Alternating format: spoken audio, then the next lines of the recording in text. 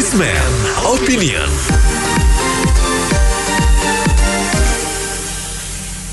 Mitra bisnis, Lembaga Survei Indikator Politik merilis survei yang menyebutkan 67,5% respondennya puas dengan kinerja Presiden Jokowi pasca melakukan reshuffle terakhir. Tingkat kepuasan itu lebih tinggi dari sebelum reshuffle yang hanya 59,9%. Bagaimana dengan Anda? Berapa persen tingkat kepuasannya menurut Anda? 6339160, Businessman Opinion, 6339160. Ini suara rakyat kecil ya kebanyakan. Ini harga sembako yang naik ini menyebabkan rakyat kecil banyak yang menderita karena jumlah rakyat kecil di negara kita itu mayoritas. Udah gitu di bidang ekonomi ya, di bidang rakyat hukum, di bidang hukumnya ini penegakan hukumnya terasa tebang pilih atau tajamnya hanya ke kanan bawah tapi tubel ke atas. Juga politiknya juga di belakang layar kotor sekalian juga berjabatan. Keadaan-keadaan seperti ini begitu lembaga survei mengeluarkan kinerjanya misalnya yang di atas itu bagus, itu banyak yang rakyat merasa kecewa. Kenapa tidak di bawah 50%? Kenapa surveinya di atas 50%? Ini kan keluar dari fakta yang terjadi di lapangan, kemudian seperti itu. Bukannya masalah suka atau tidak suka, saya tidak penting siapapun presidennya. Yang penting kalau memang kejujuran itu, faktanya itu, ya itu yang dikeluarkan. Jangan yang tidak jujur dianggap jujur. Kemungkinan seperti itu. Terima kasih. Assalamualaikum warahmatullahi wabarakatuh. Iya, udah nggak aneh lagi lah kalau lembaga survei itu. Kita data saja ke rakyat aja, kepuasannya dia yang mana, ya kan? Sembako semuanya naik, sampai cabai rawit, waduh mengeluh kita. Sampai bahan bakar sekarang katanya Pertamina begini begitu mau naik begini begitu. Kepuasan apa lagi? Rakyat ini sudah susah. Puasnya gimana kinerjanya? Dibilang minus ya minus, ya kan? Kebutuhan makan kita ini udah susah. Sembako, minyak, dibilang katanya udah turun, minyak goreng, penghasil dunia terbesar di Indonesia, tidak bisa mengendalikan harga minyak goreng, malah dikendalikan orang. Sampai bahan bakar minyak, baik tamat, baik palet, premium yang udah disuap. Jadi kata kuncinya itu bullshit semua lah, uang semua yang bermain. Jadi diperhatikan mereka itu bekerja itu digaji oleh rakyat, harusnya mereka mensejahterakan rakyatnya, bukan kepentingan mereka yang utamakan. Begitu saja, makasih. Survei dari salah satu itu saya jelas tidak percaya karena banyak sekali survei-survei yang ibaratnya titipan, bayaran dan sebagainya. Itu satu. Kedua, soal kepuasan dengan kinerja presiden khususnya ya menurut saya sangat rendah ya, mungkin di bawah 40%. Kenapa? Penegakan hukum lemah, tebang pilih. Masalah ekonomi, semua yang berbau sembako naik semua, bahan bakar naik semua gila-gilaan dan tidak bisa dikendalikan. Menterinya aja ngurusin minyak goreng nggak becus tapi tidak mau mengundurkan diri. Kebanyakan sih yang dipilih pejabat-pejabat dari parpol yang tidak kompeten tapi politik balas budi ya begini jadinya. Makasih. Kalau yang dibilang masalah sembako betul semua naik gitu ya, tapi balik lagi kenaikan ini kan bukan terjadi hanya di Indonesia tapi di seluruh dunia jaga naik gitu loh. Bisa dibilang jangan lagi ada kisru kenaikan sembako merasa terhimpit segala macam. Kami juga terhimpit, saya juga terhimpit masalah sembako, tapi kan kita bisa siasatin gitu loh, ya kan. Jadi bisa dibilang ya kalau secara kinerja lihat juga dong, jangan hanya masalah sembako, masalah kesehatan, masalah yang lain. Ya kan, imbasnya juga banyak gitu loh. Jadi kalau dibilang apa yang dibilang survei mungkin dibilang tingkat kepuasan naik ya betul gitu loh. Ya mungkin yang tidak naik yang tidak suka gitu loh. Yang merasa ini naik apa ya begitu yang tidak suka gitu loh. Menurut saya sih itu aja sih. Terima kasih.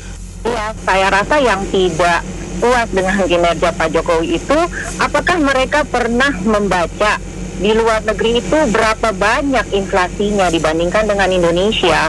Memang semua harga bahan sembako itu naik, tetapi masih sangat oke loh dibandingkan dengan di luar negeri. Di luar negeri itu parah inflasinya. Turki itu sampai 80%. Di Amerika aja lihat ya, itu negara maju apa yang terjadi di sana sekarang dengan kenaikan harga-harga. Kok kita ini nggak mikir gitu loh. Kok bisanya marah? Saya pokoknya maunya kenaikan penghasilan terus kalau pengeluaran makin rendah. Ya nggak bisa begitu dong. Kita berpikir secara adil dibandingkan dengan negara lain itu bagaimana? Memang naik seluruh dunia. Coba Anda bayangkan Anda itu adalah petani kelapa sawit. Kalau Anda petani cabai, itu kalau harganya lagi naik, mau nggak Anda disuruh jual 10.000? Kan tidak mau. Kenapa petani kelapa sawit dipaksa harus jual minyaknya dengan harga murah? Kasihan kan, tidak semua petani kelapa sawit itu kaya. Banyak saat-saat mereka itu susah. Saya tuh kenal banyak. Jadi tolong ya berpikir itu secara adil. Makasih. Ya, nama juga manusia, mana ada yang puas. Kalau udah cocok ya bilang bagus ya jelek. Ya memang gitulah sifat manusia di dunia. Tuhan juga disalahin kadang-kadang. Terima kasih. Kalau mengenai survei itu sah-sah saja, karena itu kan memang survei itu untuk tolak ukur masalah dibayar atau enggak itu nomor 2. Dan itu tolak ukur masyarakat sekian.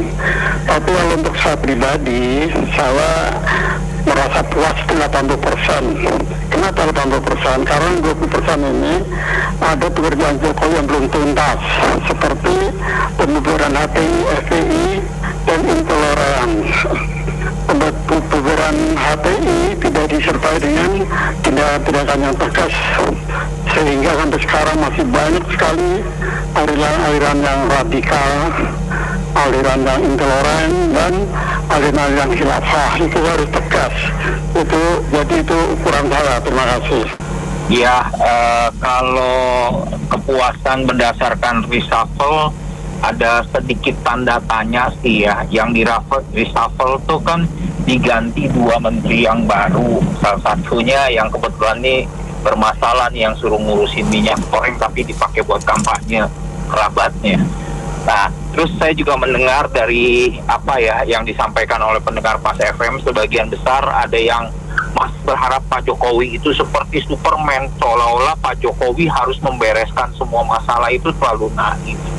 Kita harus realistis aja bahwa selama periode Pak Jokowi kondisinya jauh lebih baik lah dibanding periode-periode sebelumnya. Nah, untuk menjadikan kita lebih baik lagi bukan hanya upaya dari Pak Jokowi, tapi juga semua. Demikian pendapat saya. Terima kasih. Kalau saya pribadi ya, atas kepemimpinan Pak Jokowi atau pemerintahan, itu saya puas 75-80%, karena memang secara lokal itu kita ekonominya aman, maksudnya cari nafkah itu aman, tidak ada demo-demo yang mengganggu ekonomi, pandemik juga bisa ditangani dengan baik. Secara internasional juga kepemimpinan Pak Jokowi kuat. Namun ada masukan agar subsidi untuk BBM ini jangan dikurangi, atau seringkali ya ada oknum pejabat yang bukan Pak Jokowi pastinya yang membandingkan harga BBM sama Singapura lah, sama Eropa. Ya kita kan butuh subsidi itu sebagai dividen kemakmuran. Negara kita maju, yang bisa dirasakan semua rakyat ya subsidi gitu. Jadi subsidi ini tiap tahun harusnya ditambah, bukannya dikurangi. Kalau negara kita surplus pendapatan, untuk apa disimpan-simpan uangnya kalau nggak jadi subsidi? Terima kasih. Itu bagus emang kinerja Presiden Jokowi, itu Papua aja dibangun jalan tol. Jadi orang-orang Papua tuh bisa menikmati bensin dan beras murah. Sebelumnya tuh mahal sekali. Nggak ada pun satu presiden yang dulu-dulu tuh lihat ke sana, padahal situ kaya raya. Ada Freeport, ada emasnya, ada uraniumnya, diincerin sama orang-orang luar itu daerah situ. Hati-hati aja, itu harus dibangun juga sekolahan, mencerdaskan tuh orang Papuanya. Dibangun itu tempat-tempat ibadah gitu. Setuju ya, pembangunan dengan zamannya Pak Jokowi ini bagus ya, infrastruktur. Cuman kalau saya boleh usul nih Pak Jokowi, tolonglah Indonesia bisa diversifikasi energi, jangan semuanya import ya. Batu bara banyak, ada gas alam dipakai, jadi daripada diekspor dipakai di Indonesia. Batu bara katanya bisa jadi gas katanya. Ini diubah supaya jadi jangan LPG yang 12 kilo ditekan terus. Dan kalau bisa subsidi itu lebih ke orang yang miskin betul, tapi jangan kepada bayangnya gitu. Akibatnya banyak oplos-oplosan segala macam, itu kan malah jadi nggak benar gitu menurut saya. Kalau menurut saya sih persentasenya ya 70-75% lah ya kepuasan saya, dan ya bisa 100% kalau misalnya si Pak Jokowi mengumumkan kalau dia nggak akan nyalon lagi, jadi ngasih ke yang lain siapapun itu, nanti biar kita yang milih semualah gitu. Oke. Tuhan kasih Pak Jokowi untuk memimpin negara ini. Saya pikir itu 90% Pak Jokowi sudah berhasil. Dan menurut hemat saya, meskipun tidak ada di konstitusi, silakan beliau sudah dipilih Tuhan untuk jalankan 3 periode. Terima kasih. Wah, kalau menurut saya perlu dicek lagi ya Bapak survei. Dengan reshuffle yang udah punya berapa tahun ini kan ya sebenarnya sih nggak mau apa-apa ya, cuma untuk bagi-bagi kekuasaan aja, mengakomodasi kekuasaan yang baru masuk koalisi. Jadi ya kalau ditanya kepuasan, kalau buat saya sih udah nilainya udah merah sejak pemilihan cawapres periode kedua ya. Apalagi sampai sekarang kalau lihat cara kerjanya seorang Pak Jokowi itu carut-marut deh, kayak penanganan pandemi ntar berubah-ubah, lalu kebijakan juga dari menteri dari paginya ditetapkan sorenya atau besoknya bisa berubah. Ya itu bikin membingungkan masyarakat dan juga dunia usaha. Sekian dari saya, itu aja, terima kasih. Cukup puas lah. Kenapa ya? Karena kan sekarang kayak Freeport sekarang udah 51%. Terus kayak bensin di Papua katanya udah sama. Pembangunan semua, tol semua nyambung semua. Biarpun kata orang bilang banyak utang apapun, tapi ada buktinya. Kalau ya dulu kita nggak tahu ya, ada banyak yang mangkrak, bangunan diterusin sama Pak Jokowi.